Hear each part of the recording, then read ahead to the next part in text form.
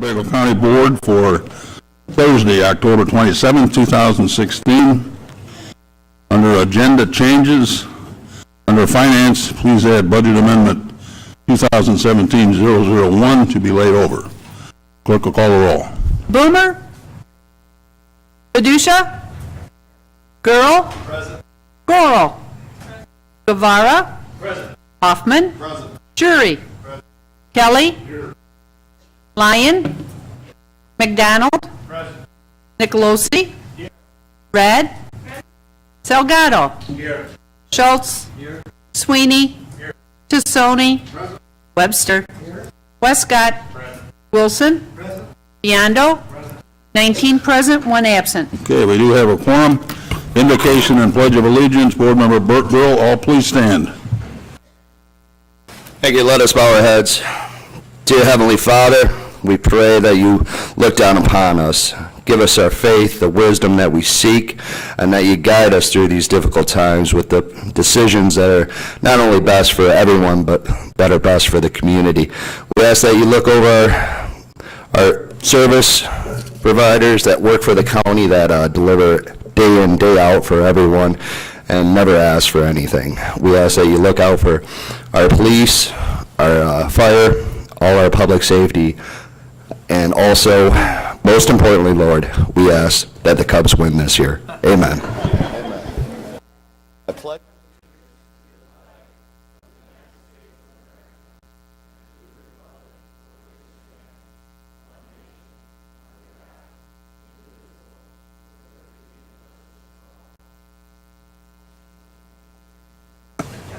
Ready to go, right, Bert? We have a presentation this evening, an update, and I'd like to call on Dave Peterson and Kim Ponder at this point to give us a little bit of an update on our human resources, our insurance issues, and so forth. So, Dave, Kim. Good evening.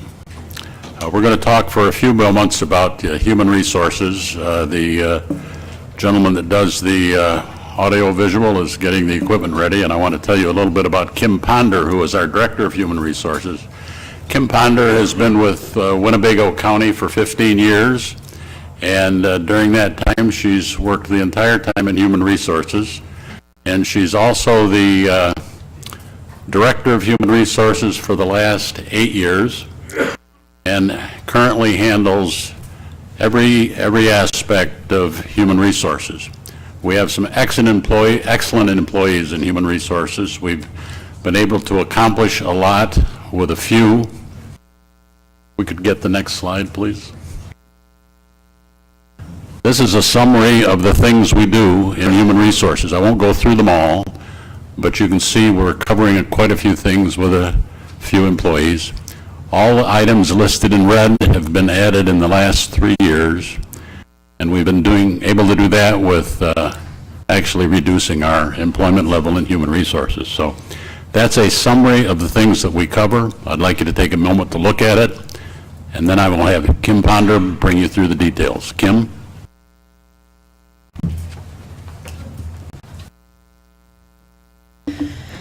I will apologize up front. A little squeaky. Yeah. As Dave indicated, we have not increased our employment staff in the Human Resources Department, but you can see there the items that have been added over the last 3 years. We've added things like doing complete background checks on new hires. We do the 911 simulation testing when they're hiring 911 operators. We do E-Verify, so we do our electronic I-9s for the county now. We also have begun doing the processing, the administration of our code hearing program. That's about 1,800 cases a year. We do our DMV checks for insurance purposes. We do driver's license checks on all of our staff that operate any of our pieces of automobile equipment. We do have taken on doing the complete administration for human resources for the health department. And we are also coordinating all of our parking for our staff on the downtown campus. and just recently added liability insurance, risk management, and safety to the Human Resources Department with the same amount of staff. So I guess I'm going to make my little squeaky announcement. I think you guys are getting pretty good bang for your buck. So that being said, our head count, these are just overviews you've seen over the years, so I'm just updating them for you.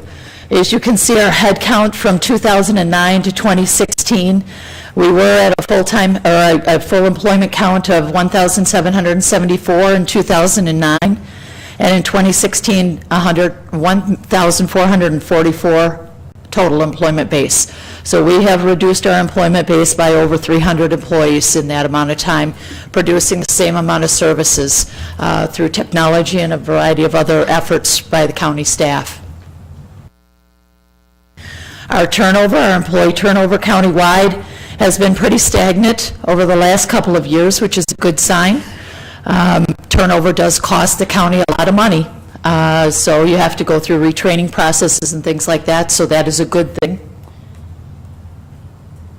Our workers' comp, we do administer, the Human Resources administers our workers' comp claims. As you can see there, back in 2008 when we took over workers' comp, we had about 194 cases a year. And if we stay on track that we're on this year, we'll be at 88 cases. So that has been reduced. You see the change from 2015 to 2016 that we are anticipating. That's an annualized number at 88. Part of that is due, in fact, to the early reporting language that's been put in the contracts where they have to report on a timely basis. And we also have implemented post-accident drug testing for incidents that are questionable. One of the things that we have worked very much in conjunction with Mr. Jury brought up an issue a while back ago about excess vacation balances, and we implemented a system upon his request and the county board's request to separate those vacations and find a way to begin to minimize those large balances that were in place, and we have done that. We are right now at the 2-year marker of that. It started out with an excess vacation balance of the $824,000 is what it would cost us liability-wise to pay out every person's excess vacation. As of this last quarter, you see that number down there at the 531 range. So that has been reduced by almost about 36%. Which is on target. We asked the departments to please reduce 20% a year, and as you can see, we're just about on target for that. I will tell you, when we get to the end of the year, of this year, when we have completed the 65 early retirements that are leaving, that number will be down to $324,000. So. I was asked to talk a little bit about our wellness center. I think this is about the best thing that we've done here at the county in many, many years. Our wellness center utilization, you'll see there. Our wellness center has, when it first started out, we started very small, and we began to add services to the plan. You can see there in 2014, we had 2,761 total visits that occurred for a variety of different reasons.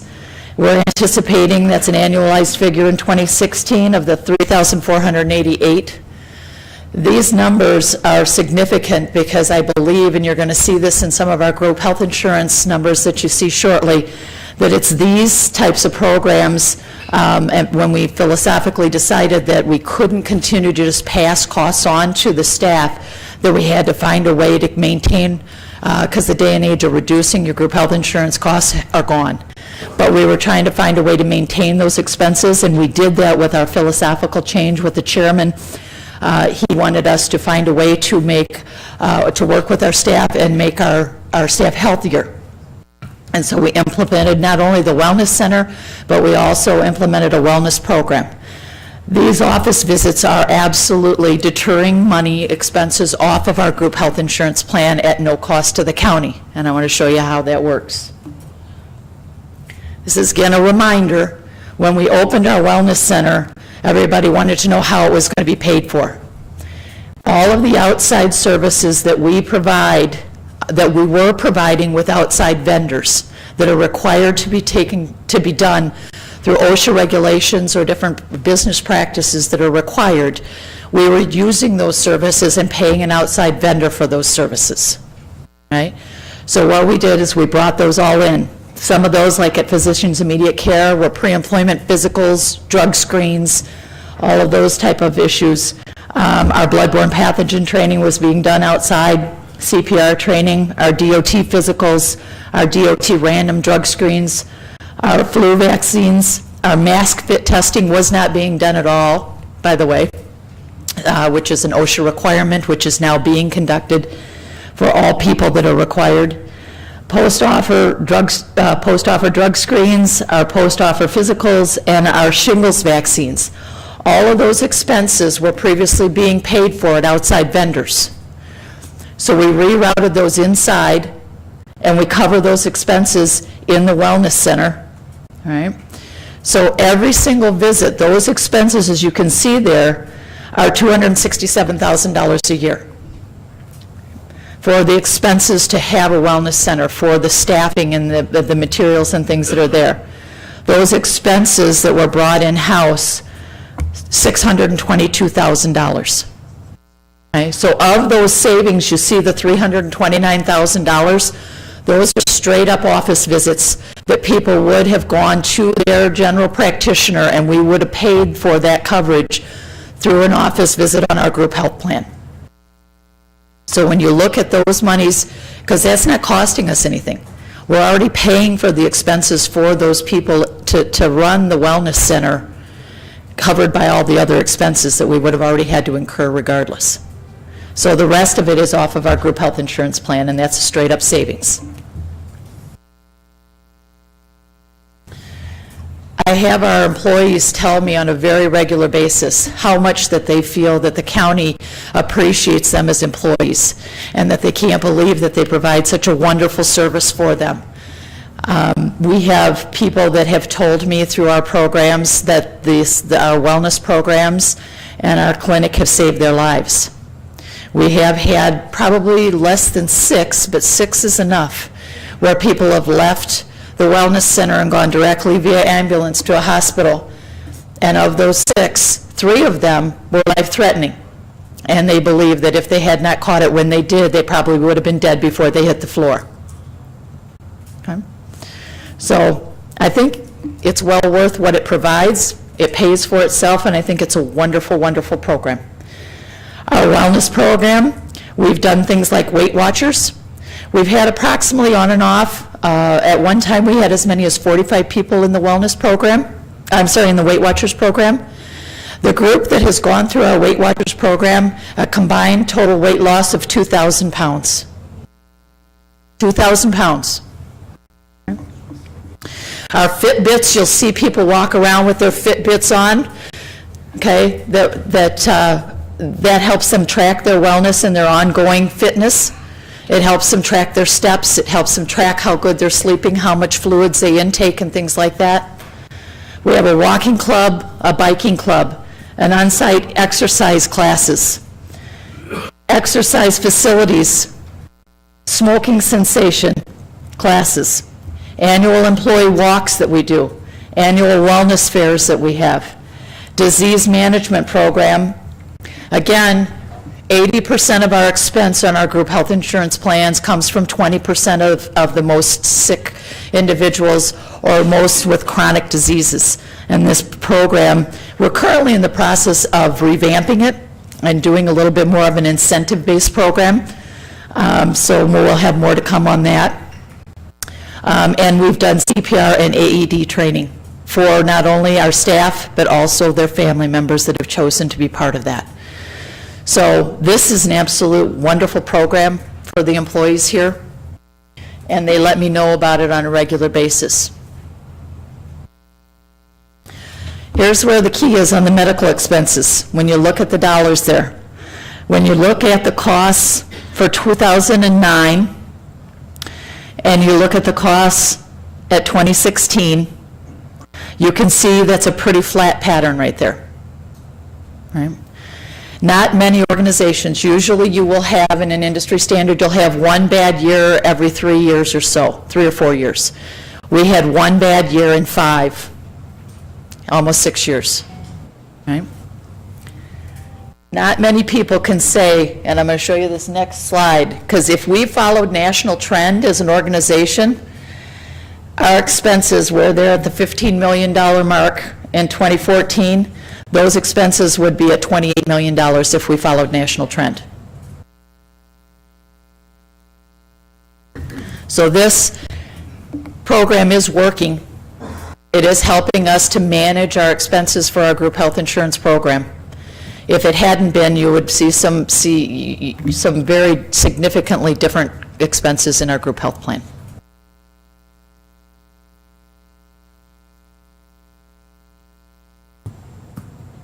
You can see there, we even make the comparison year over year on the cost per employee. So some people say, well, we've got different numbers of employees on the plan and things like that. But you can even see there that our 2012 expenses, year to date, we're on target to be at the same level of expenses, maybe even a little bit less than what we were spending for our group health insurance claims expenses in 2012.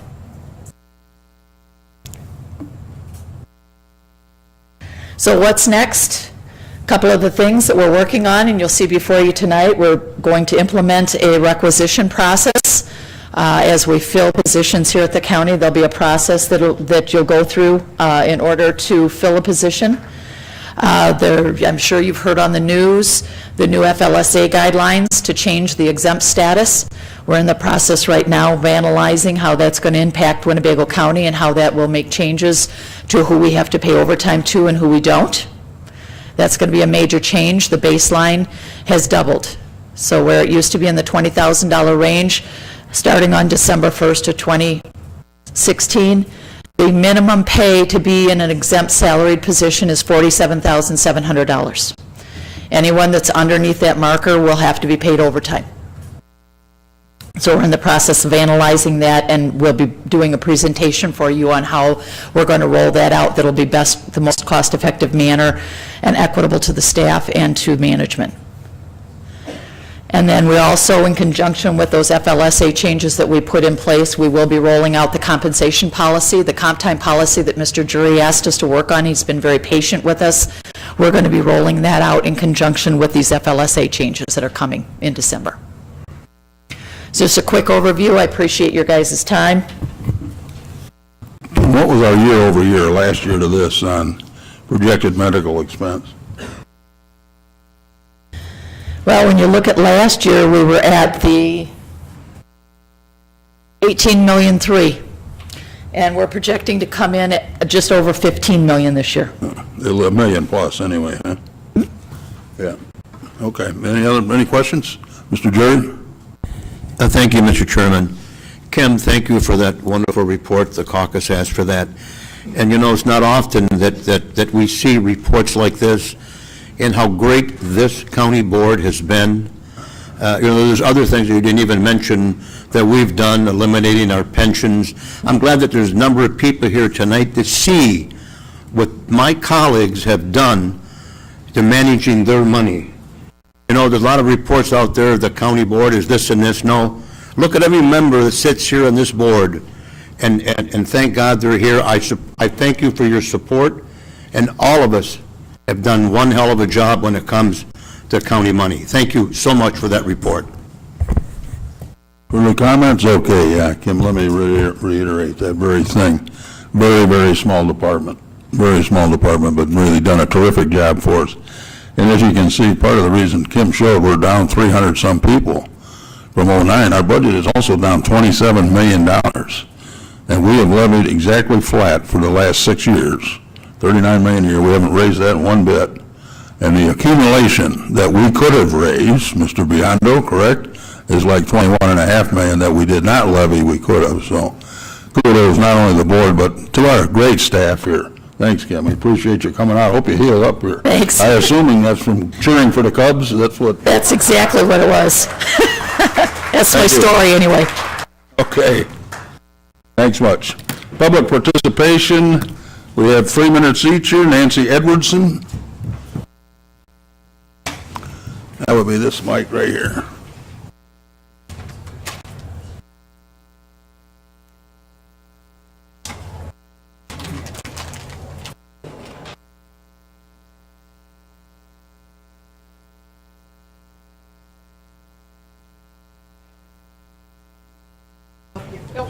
Look at that. Oops. I'm getting a little bit frazzled here.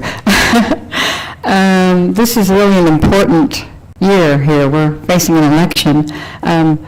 Tonight I wanted to talk real quickly in my limited time about the upcoming November 11th, the Veterans Day ceremony for Veterans Memorial at Veterans Memorial Hall. That's really important to my heart. And as it well should be, my father served in the Army Air Force, WW2, and, he was a pilot. But that's not why I'm here. I'm here to speak about the Veterans Day celebration on November 11th. It's really important to me as a county, as someone who was in charge of the Veterans Memorial Hall, that Mr. Lewandowski, during our phone conversation, had told me that, and explained to me that there's not going to be what I had expected as far as the refreshments. This may sound trivial to some of you on the county board, but it's really not. It's about the $10 fee that we're going to pay to hear the band that evening, which starts about 6 p.m. And I thought it was rather unusual that we're not going to have any food except for chips and cookies and maybe pop and coffee. It just behooves me to say it. I'm sorry. I'm very upfront about this. Why can't we have sloppy joes? And I'm speaking directly to Mr. Jury here. Why can't we put some of the money into food? It's ridiculous. That's a county facility, and people pay the $10, and it upsets me. Yeah, it may seem trivial, but it's a celebration for the statue. We finished the soldier statue. That soldier statue's coming back here from Chicago, and I have a very sentimental feeling about this, and I want it to be perfect. And I think we should all band together and try to make the menu a little bit more substantial. That's part of it, and to be disrespectful about this in my conversation, in my dealing with Mr. Lewandowski, I'm sorry, but I think he was disrespectful. I appreciate all the support for the 11th. I appreciate everybody coming on November 11th. It starts at 10:30 a.m. We're having the dedication ceremony there. And I know I'll be there. I'll be there right on time. And I'm going to come back for the evening ceremony when we have the band. So I'm just here to promote it, and I hope we can do something about the menu. Thank you. Okay. Stephen Blank?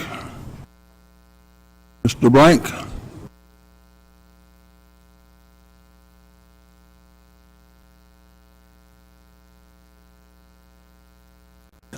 Thank you very much for allowing me a moment or two here.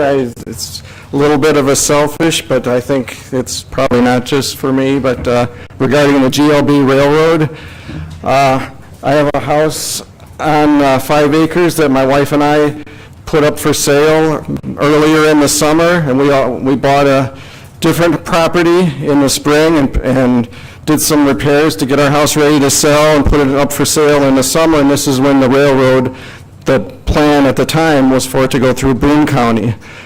Well, since it's now planned to go through Winnebago County, it goes about a half mile behind my property, and I did have one offer, somebody to purchase my home, and when they found out about the railroad, they withdrew, and since then, we can't even get anybody to look at the property, so now we have 2 houses and can't sell one of them, and I realize this is a selfish thing, and also that the railroad is just a proposal at this point, and it may not even happen, but just what I really wanted to point out was, even if it doesn't happen, people's lives are affected, because even if it got squashed tomorrow, somebody, maybe a previous potential buyer of my house that already bought a different house. So just wanted to point out that anything that could be done, expediency is urgent, is critical with people. And so that's me. And also wanted to point out, highlight something that I found a little ironic when I looked at the GLB Railroad website. I looked at their stated purpose for this plan, and it said that the purpose was to improve the safety and the environment of the Chicago hub area. It just kind of struck me a little ironic that to improve the safety and environment of one area, they're going to move it to a different area. So that's just food for thought. And also to increase volume, capacity, and revenue. So that kind of speaks for itself, too. Thank you very much.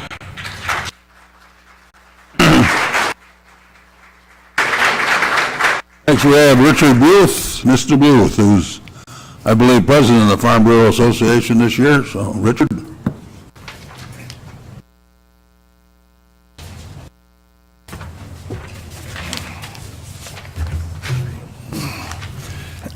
Thanks, Scott. I'm Richard Booth, Winnebago County farmer in southwest of Seward. I'm also the president of the Winnebago Boone Farm Bureau. We have about 1,150 voting members. That's farmers and landowners. I ask you tonight to support the resolution to be put forth by Jim Webster to oppose the Great Lake Basin Railroad. The Farm Bureau has been studying this project since January, and we're against it for many reasons. There's 7 counties in Illinois, 3 in Indiana, and Rock County in Wisconsin. All the Farm Bureaus have voted against this. The Farm Bureaus spoke against this project at all 9 of the Surface Transportation Board scoping meetings held in the 3 states in April. The Farm Bureau emailed you guys a copy of our letter to the STP that we wrote in June. At that time, it mainly affected Boone County. Now it, of course, affects just all Winnebago County. I also gave you guys a copy there of the Winnebago County Soil and Water Conservation Districts, why they are against the railroad. In my 3 minutes, I can't mention all that, but you can read it. The GLB seems to think that farmland is wasteland, that they can just go through at any point and at any angle. They have no idea how adversely it will affect farmers to have their fields split into unusable parcels or to have tracks running within 100 feet of a livestock operation. Just imagine, you people who live in town, if someone was going to build an 8-foot wall right through the middle of your backyard, anytime you wanted to get to the back of your yard, to mow it, to work in your garden, or to play games with your kids, you'd have to go all the way around the block, and hopefully at that sidewalk, the sidewalk would be open just to go through the alley to get to the back of your yard. I think you would see that your yard would be almost worthless. Well, this is going to happen to hundreds of farms with a railroad through it.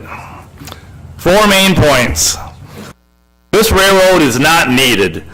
Instead of spending $8 to $16 billion on this project, so let's spend $3 billion to finish the upgrade of rails in Chicago.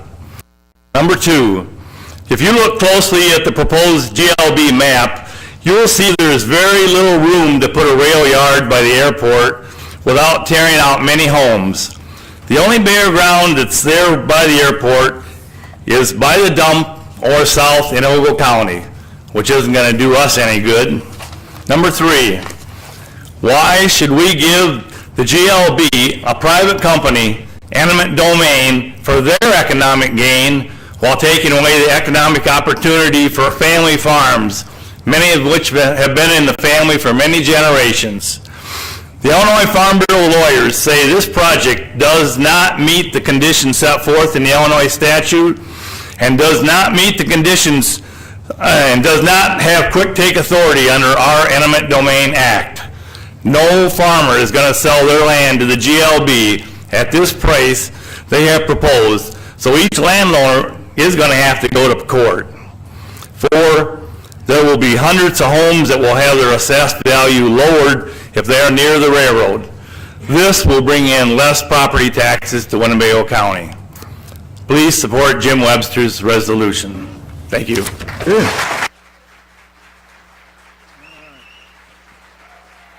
Judith Bates. Judith Bates. Mrs. Bates, please come forward.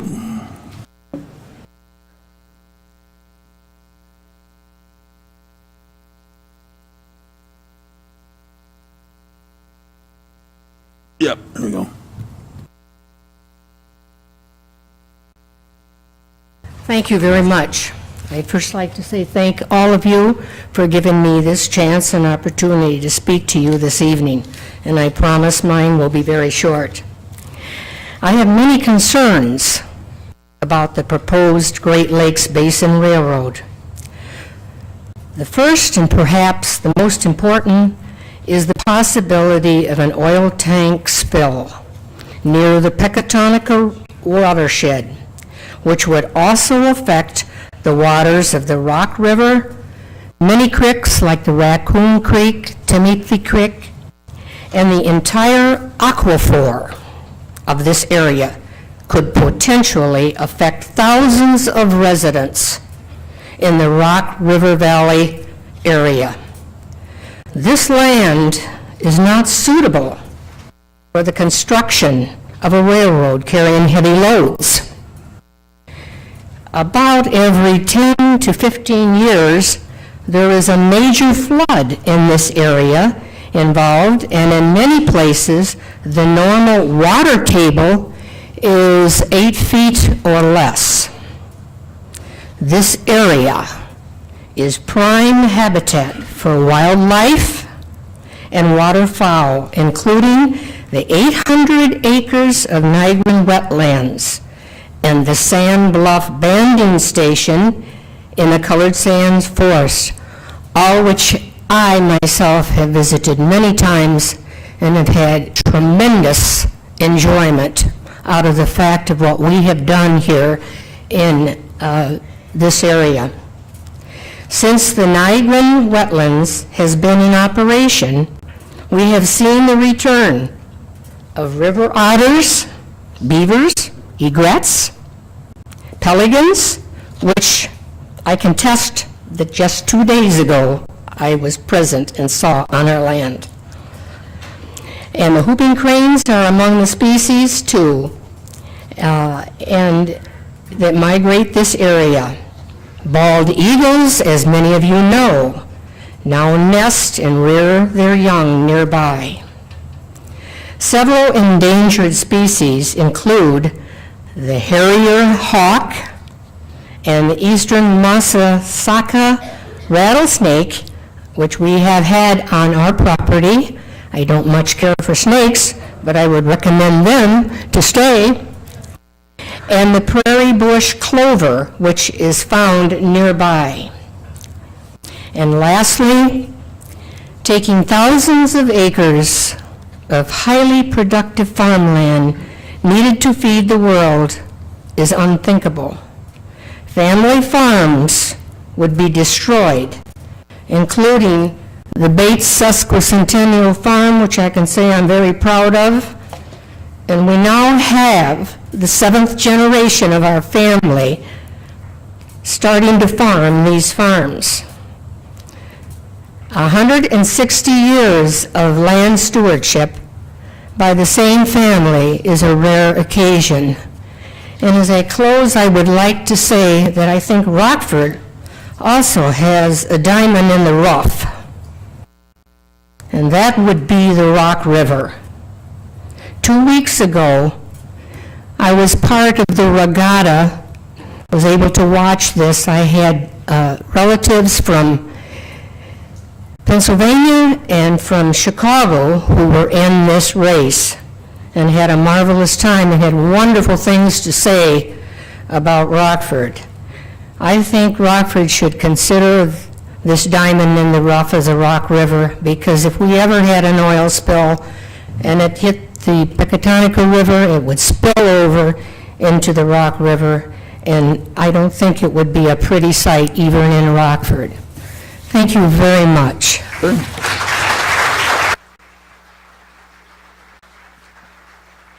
Lana Daly.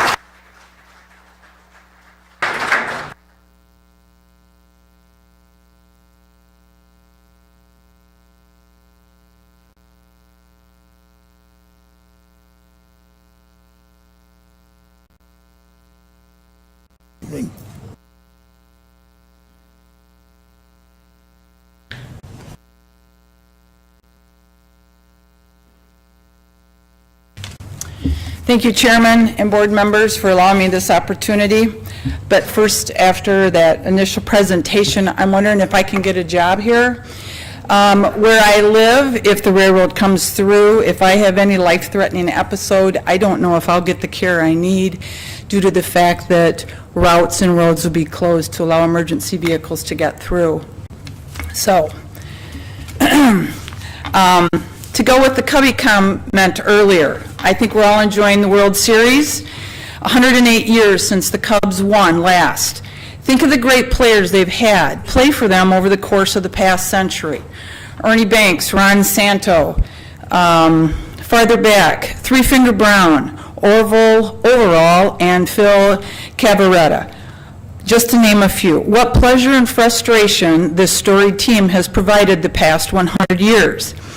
At nearly the same time the Cubs last won the World Series, my husband's family purchased ground off Cemetery Road.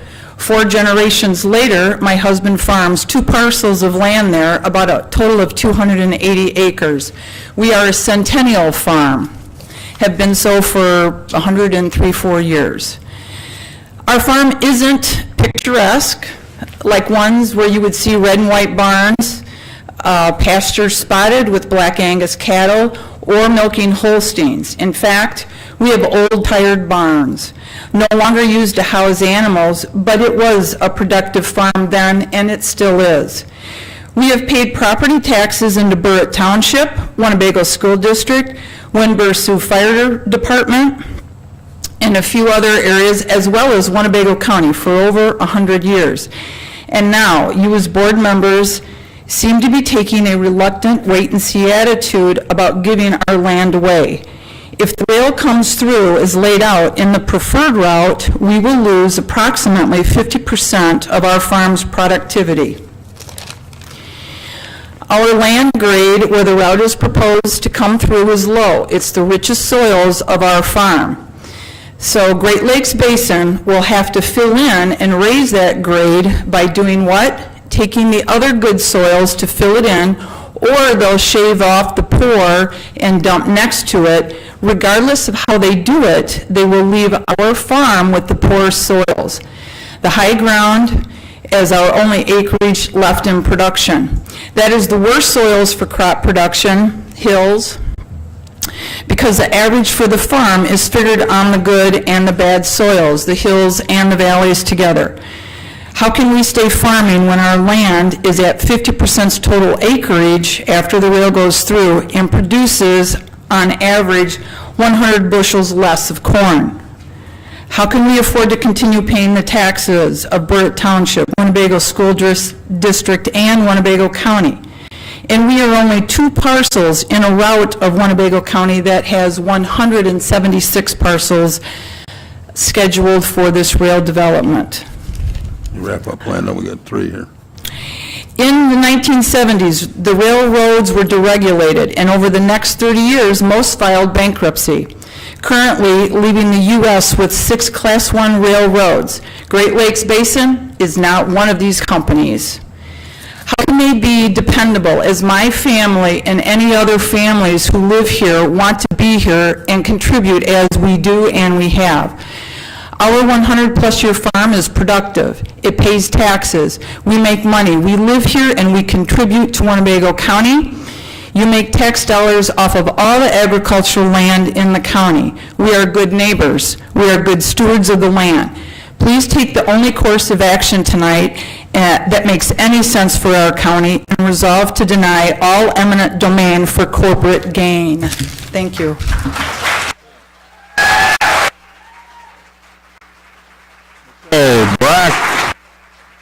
McWilliams.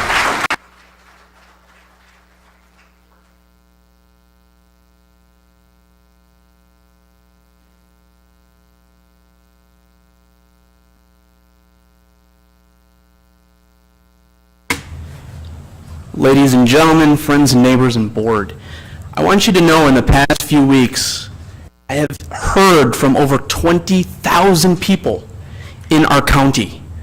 Our county is confused, they're frustrated, they've heard things that absolutely stop them dead in their tracks. You are dealing with such emotional, heartfelt feelings. This is about people's homes. This is about our community. This is about what we work for each and every day. This is about us trying to maintain our families. Why would you want to sacrifice that for GLB? Eminent domain for corporate gain should not even be in our vocabulary. They should not have the ability to allow us to question what we are going to do the following day. Is it worth getting up? Is it worth making all of what doesn't make sense answerable to how we live our lives? A couple of things. In recent weeks, I heard a wonderful phrase, and I can't put it any more better. There's been a lot of wonderful things said already tonight, and I just want to say this. In regards to the environment and the land we live, everybody on the west side of Winnebago County, we are not just the citizens, we are agronomists, environmentalists, conservationists, and we are stewards of the land each and every day. That's our responsibility to each other and to our families. Please stand in opposition against Great Lakes Basin. Thank you.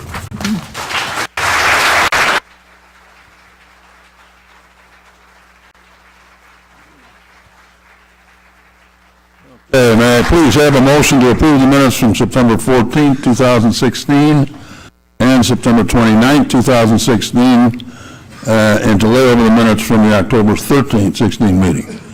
Moved by Mr. Nicolosi, second by Mr. Hoffman, Mr. Jury, Mr. Salgado. Additions, corrections, deletions? Hearing none, all those in favor signify by saying aye. Opposed, the minutes are approved. Announcements and communications, Clerk Mullins. The items listed below were received as correspondence. And they'll be placed on file. Any other correspondence? Okay, may I please have a motion to approve the consent agenda? Mr. Guevara moves, Mr. Jury, Mr. Nicolosi, and Mr. Salgado will second. Any discussion? Any objection to the motion? Hearing none, the clerk will cast a yes vote for all members present. The consent agenda is approved. Standing committee reports, Finance, Mr. Biondo.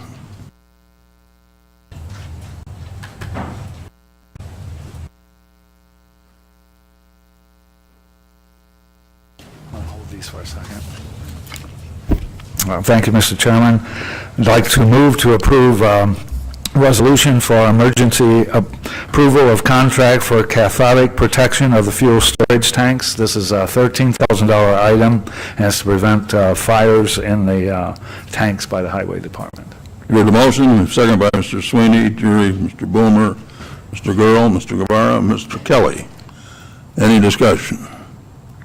All those in favor signify by saying aye. Aye. Opposed, resolution is approved. Thank you. Mr. Biondo? All right. We also have read-in for the change here for budget amendment for the recorder for 2017-001 to be laid over. So ordered. All right. And we also have a budget amendment 2017-002 to be laid over. Also will lay over. Okay, and I'd like to, the vote was 8-0 to approve this, to move to suspend the rules. This is on 002? Yes, 002. Okay, you heard the motion, seconded by Mr. Hoffman, Mr. Sweeney, Mr. Gurl, Mr. Jury, Mr. Guevara. Everybody? Okay, any discussion? Any objections to suspending the rules to consider this evening? Hearing none, the clerk will cast the yes vote for all members present. The rules are suspended.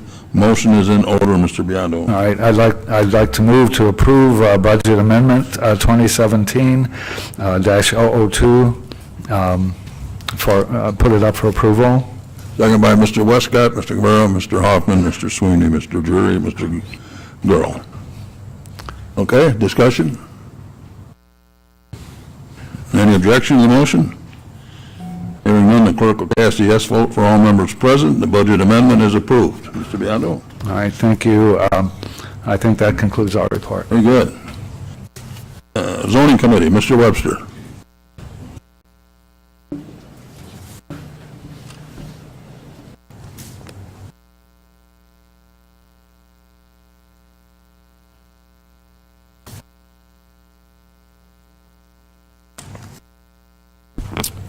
Thank you, Chairman. The zoning committee has a number of items on the agenda this evening.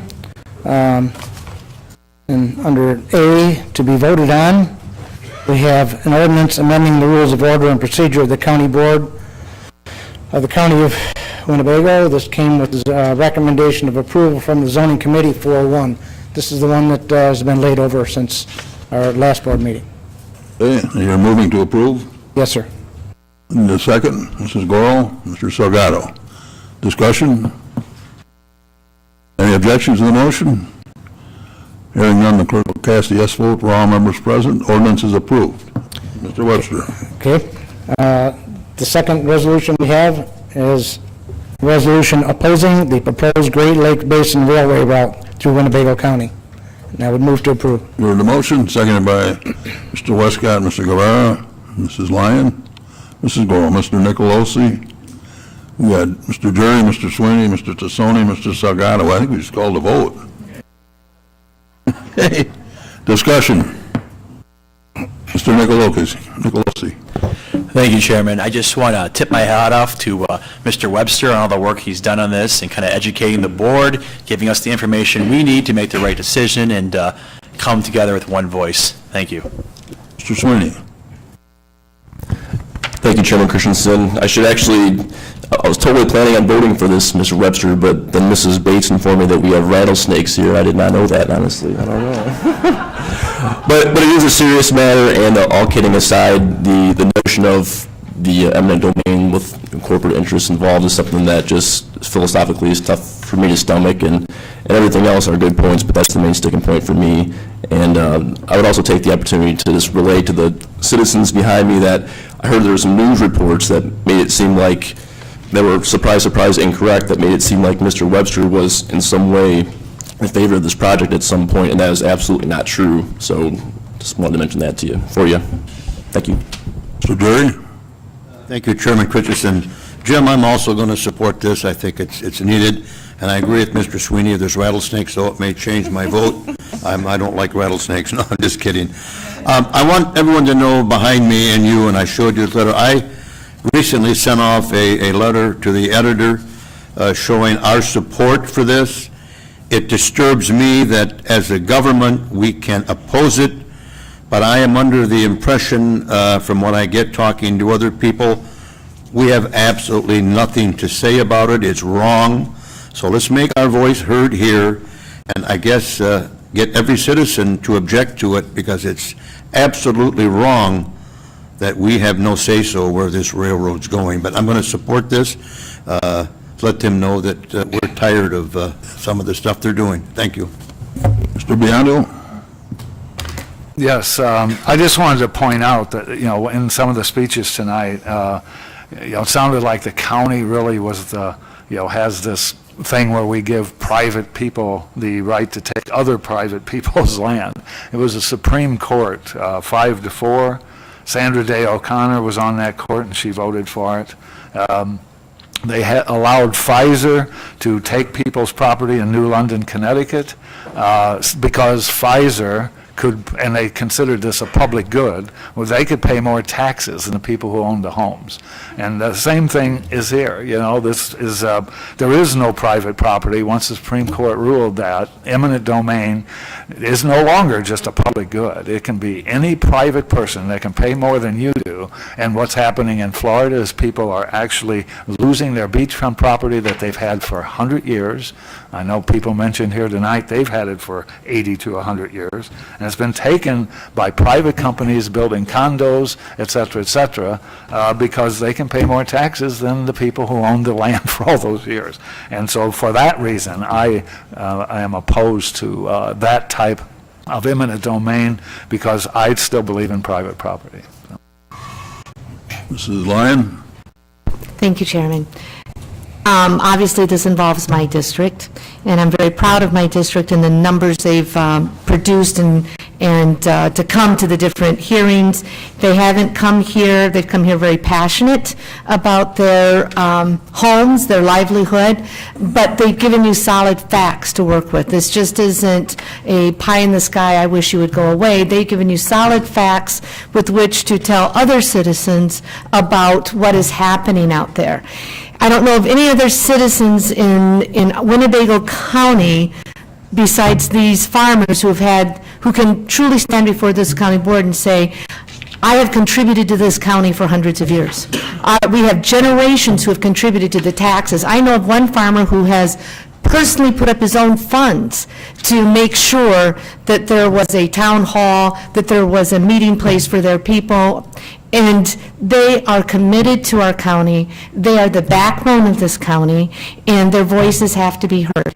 And I applaud them for the work they've done. They've done a lot of it in very little time, and I know what the Supreme Court has ruled, but it was a case, and another case can come along to change that law, and I hope we're not the ones, but I think we're up to the task if that happens. Thank you. Mr. Gurley?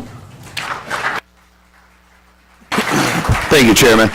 I just want to say, Mr. Webster, I applaud you for the work that you've done here in the last month, and I really would hate to be your mail carrier up there. With that being said, I want to say that, this project has a lot of different moving parts. It's just started, just through the first stages of discussion. And although, with that being said, I could not sit and watch people's lives be ruined with their farms being taken away, their land being taken away. My godparents were farmers. I grew up on the farm every summer. I worked there. I know exactly how much work is being put in by the people that live here. But with that being said, it just seems that this project would be better utilized elsewhere.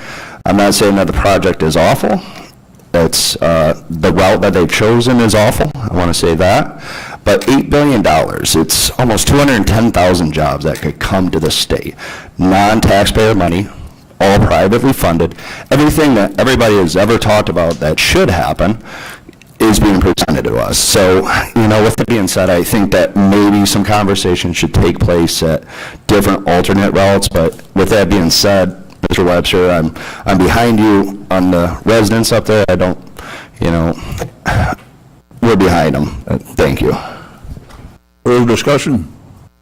Clerk will call the roll. Fiducia? Yes. Earl? Yes. Gorel? Yes. Guevara? Yes. Hoffman? Yes. Drury? Yes. Kelly? Yes. Lyon? McDonald? Yes. Nicolosi? Yes. Red? Salgado? Yes. Schultz? Yes. Sweeney? Yes. Tassoni? Yes. Webster? Absolutely. Westcott? Yes. Biondo? Yes. Boomer? Yes. 18 yes, 2 absent. The resolution is approved. Mr. Webster?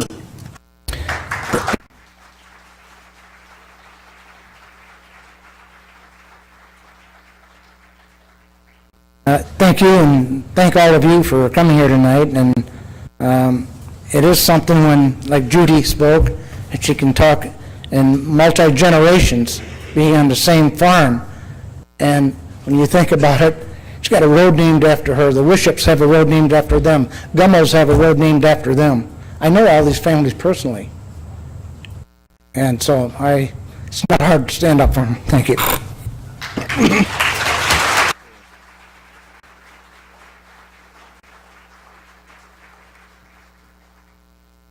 Okay, to be laid over, we have a number of items. We have VO 716, it's a variation to modify landscaping regulations. And this is in County Board District 9. It comes with approval from the Zoning Committee and the Zoning Board of Appeals. And we have Z 1516.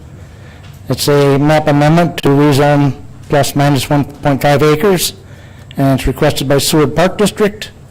And then we have Z 1616. It's also from Seward Park District. Those are in for a reading. There's order there, and so ordered. They'll be entered for first reading. Mr. Guevara? I'd like to make a motion to suspend the rules on these three. All three. Seconded by Mr. Kelly, Mr. Sweeney, Mr. Jury, Mrs. Gorel, second. Mrs. Lyon, any objection to suspending the rules? Hearing none, the clerk will cast a yes vote for all members present. Rules are suspended, and the motion is in order. Mr. Webster. Thank you, Chairman. I would move to approve items 1, 2, and 3 on the B schedule. Heard the motion, seconded by Mrs. Lyon, Mr. Booner, Mr. Jury, Mr. Salgado, Mr. Kelly, Mr. Guevara, and Mrs. Gorel. Discussion? Any objection to the motion? Hearing none, the clerk will cast a yes vote for all members present, and items under B, 1, 2, and 3 on your zoning agenda are approved. Mr. Webster. Thank you, Chairman. Finally, we have our next zoning committee meeting on Monday, November 21st. Thank you. Hey, Economic Development, Mr. Westcott. Thank you, Chairman. We have no report, but I'd sure like to get Mr. Dornbush busy. Actually, he is pretty busy, believe it or not, but that's not the right stuff. Operations Administrative Committee, Mr. Jury.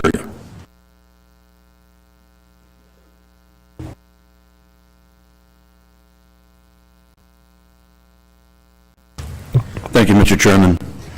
Your Operation Administrative Committee has several resolutions before you this evening. The first one is a resolution implementing job position requests and procedures, and I move for its adoption. Heard the motion, seconded by Mr. Hoffman, Mr. Sweeney, Mrs. Gorel, Mr.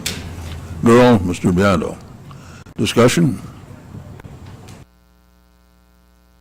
All those in favor signify by saying aye. Opposed? The resolution is approved. Thank you, Mr. Chairman. The next, we have several resolutions. I would like to take item C through item G in all at once. What they are is insurance renewals and just as a general housekeeping for our insurance and the way we administer them. I'd like to take them all at once, and I move for their adoption. Any objection to taking C through G? Okay. Go ahead with your motion, Mr. Jury. Okay, I move for this adoption. Approve C through C to E, F, G on your operations agenda. Seconded by Mr. Guevara, Mr. Hoffman, Mrs. Gorel. Any discussion? All those in favor say aye. Aye. Opposed? Those resolutions are all approved. Mr. Jury. Thank you. The next is an ordinance of Winnebago County amending Chapter 2-35, 2-48, 2-49, and 2-83. I move for its adoption. You heard the motion, seconded by Mrs. Gorel. Mr. Guevara? Mr. Kelly? I'd like to move to lay it over. Okay, I just told Mr. Guevara for the very thing, I think. Is that right? Moved by Mr. Guevara, second by Mr. Kelly to lay over. All those in favor say aye. Aye. Opposed? The ordinance will lay over. Mr. Jury. That concludes our report. Notification to the Operation Administrative Committee. We will be having a meeting next Tuesday. Thank you. Okay. Public Works, Mr. Kelly. You. Public Safety, Mr. Fiducia.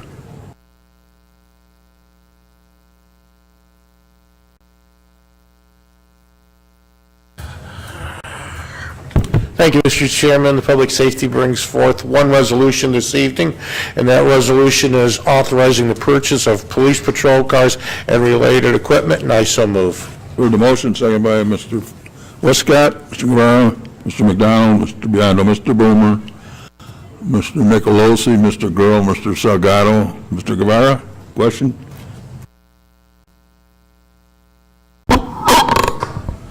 Thank you, Mr. Chairman. In talking to Mr. Fiducia, I completely support this measure. It's better for the officers, it's better for the vehicles. It's the right thing to do. Further discussion. Mr. Schultz. Thank you, Mr. Chairman. This is just a question in relation to our replacement of these vehicles. Is it on a similar schedule to the timing that we have replaced other vehicles in the past? For you, Mr. Chapman. Thank you, Mr. Chairman. Yes, it is. The last time we did this was in 2013. Prior to that, it was 2009. So it's about every 48 months. Thank you. Further discussion. All those in favor say aye. Aye. Opposed? Resolution is approved. Mr. Fiducia. Thank you, Mr. Chairman, and thank the board for that. Those are going to be SUVs. I think we're going to be really moving forward with that, and I believe the deputies are very happy with that, and the sheriff. Just to update, we've had 1,070 bookends in the jail. The average population is 814. Animal Services had 1,375 calls. We have 178 dogs, 319 cats, 2 rabbits, 7 tropical fish, and 153 beavers, possums, skunks, squirrels, whatnot. We've adopted 53 dogs, 47 cats, 1 rabbit, and the tropical fish found a home. Thank you, Mr. Chairman. Hey. I'm still waiting for that partridge in a pear tree. I haven't heard that one yet. Anybody thinks there isn't transparency in county government, they're wrong. Any unfinished business? Under new business, we have several appointments, actually reappointments. Angie Gold to the Board of Health, Robert McCrease to the Board of Health, Angie to the Winnebago County Extension Board, and North Park Fire District, Brent Mead, and they entered into the record for a first reading. Mr. Jury? Go ahead. I'd like to suspend the rules except for Angie Goro. Mr. Westcott seconds that, right, and Mr. Guevara. So, any objection to suspending the rules?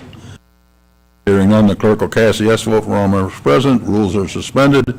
We need a motion. Mr. McDonald, you're moving to approve? Abstaining from the North Park vote. Oh, you're abstaining from North Park. Okay, okay, very good. Mr. Nicolosi? The North Park vote as well. Abstained from the North Park, okay. Mr. Westcott, you're moving to approve? Yes. Seconded by Mr. Hoffman and Mr. Boomer and Mr. Biondo and Mr. Gurl and Mr. Salgado. All those in favor say aye. Aye. Opposed? They are appointed. Thank you very much. Any other business, Mr. Jury? Go Cubs, go. We need a motion to adjourn. Moved by Mr. Hoffman, seconded by Mr. Sweeney. All those in favor say aye. Aye. Opposed? We are adjourned. Thank you.